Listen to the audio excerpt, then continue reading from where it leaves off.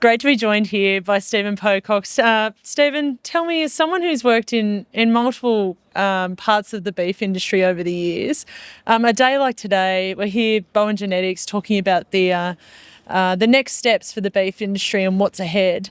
What are you feeling hopeful about after seeing today's presentations? Yeah, there's a lot to be hopeful about in there.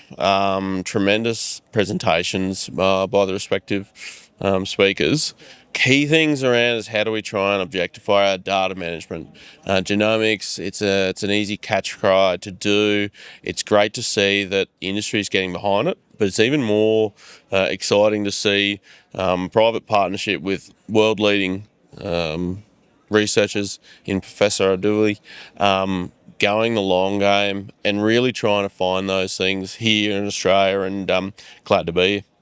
Absolutely. And look, what a fantastic line of work being done by Professor Dooley, and obviously the Peaks and their Bowen stud have been behind the driving force behind this, and have invested a lot in this research, which is no doubt going to benefit a lot of people. But what do you think from the commercial end of beef? What role can they play in building on the research and assisting it to get more commercial? Yeah, it's interesting to see how you sort of commercialise something that's such in a fundamental genetic development state now. It takes a long time, and I'm assuming that there's plenty more hurdles to get through. How do we put it in place? Is probably one, support the concept of trying to continually improve, try and identify and support our funding organisations and bodies that can able to assist, better support positive conversations around what are we going to go and do today, tomorrow and next week that makes our industry move forwards, as we try and objectify how do we provide the best quality product for our consumers.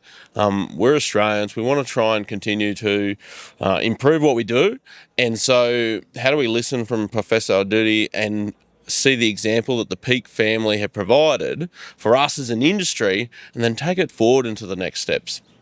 Absolutely. And Stephen, it's great to see, obviously you're down here more local now to Tamworth, but you and I both have worked across Australia in different parts of the industry, different kind of cattle, different markets.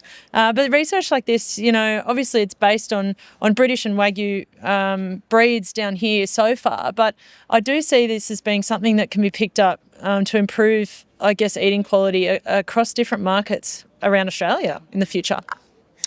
Yeah, definitely does. We are here in Tamworth. We're looking at that higher end product and trying to make sure that we continually improve the bar there.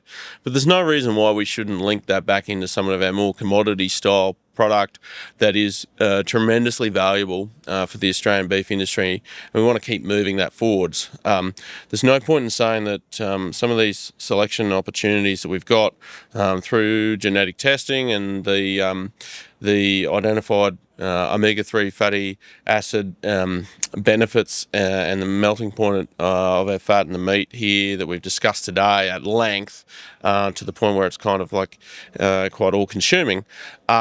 It does lend itself to actually going, right, well, what else can we do? How do we try and utilise those selection criteria, utilise those selection methods, and then further enhance the entire Australian beef industry as we take it both here to our domestic consumers and around the world? It's critical that we actually keep trying to be aware of what is going on and try and help promote the next steps forwards. Absolutely, and days like this are a great example of spreading the word, especially when research is involved. Making sure it's connected to industry, people know about it, and get more involved. And it's been a really exciting day. It's certainly put a spring in my step as I head out. But Stephen, thank you so much for being here. Looking forward to the future of beef. Thanks so much.